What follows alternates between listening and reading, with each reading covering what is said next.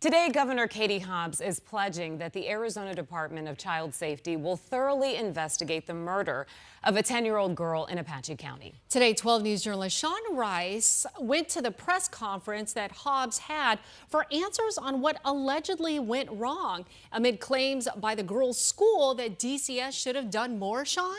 Yeah, we've gotten statements from DCS over the last several days on Rebecca Baptiste's murder. I wanted to ask Hobbs some questions specifically about that case today. Hobbs restated many of the things the Arizona Department of Child Safety has already told us, that 10-year-old Rebecca Baptiste's death will be thoroughly investigated. Her family and former educators at Empower College Prep here in Phoenix, that's where she attended school for the last 3 years, have called for accountability amid claims that DCS could have done more. Now, Rebecca was found unresponsive while in her father's care. This was back on July 27th. She would pass away 3 days later at Phoenix Children's Hospital, and her father, Richard Baptiste, has been charged with her murder. 12 News obtained audio from Apache County court hearings over the last week in his case.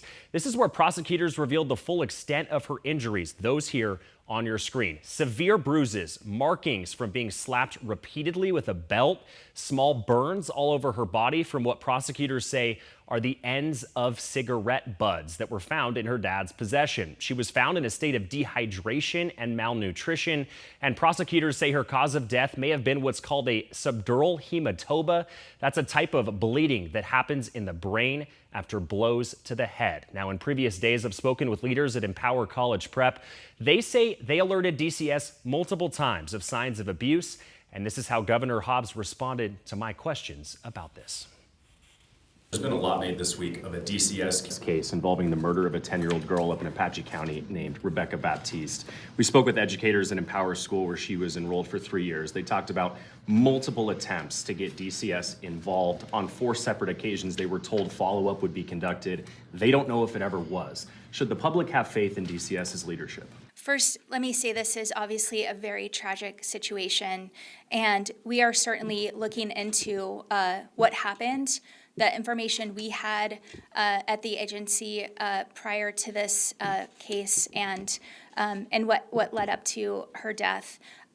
We're certainly going to be investigating, and if there was something that we did not do right, we will do everything we can to correct that. That is our job. It is our responsibility to ensure Arizonans are safe, and we'll fix what went wrong if that's the case. Have you spoken with DCS leadership specifically about this case and asked questions at all? We have, and I can't go beyond that. There's an investigation going on right now. Department of Child Safety issued us a lengthy statement in response to claims from Empower College Prep. They told us, as we reported in the last several days, that DCS 12 times brought evidence of her potentially being abused. This is their statement. They say in part, quote, "The department would like to correct some information made public by other sources related to the death of Rebecca Baptiste.